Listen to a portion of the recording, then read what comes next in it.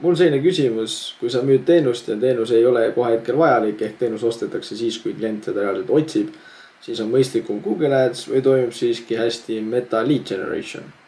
Seda küsimust küsitakse mult väga tihti ja nüüd ma vastan sellele.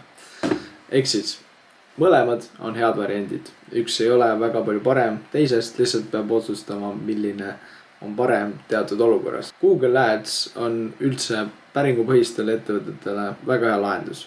Mina soovitaks Google Adsi pigem neile tõesti, kellel ongi nii-öelda kiirete probleemide lahendamine. Ala mingid puksiirid, mingid torutööd, sellised tööd, millel on hästi kiiresti otsitakse lahendust. Meta lead generation toimib väga hästi neile päringupõhistele ettevõtetele, kelle ühe tellimuse suurus on hästi suur.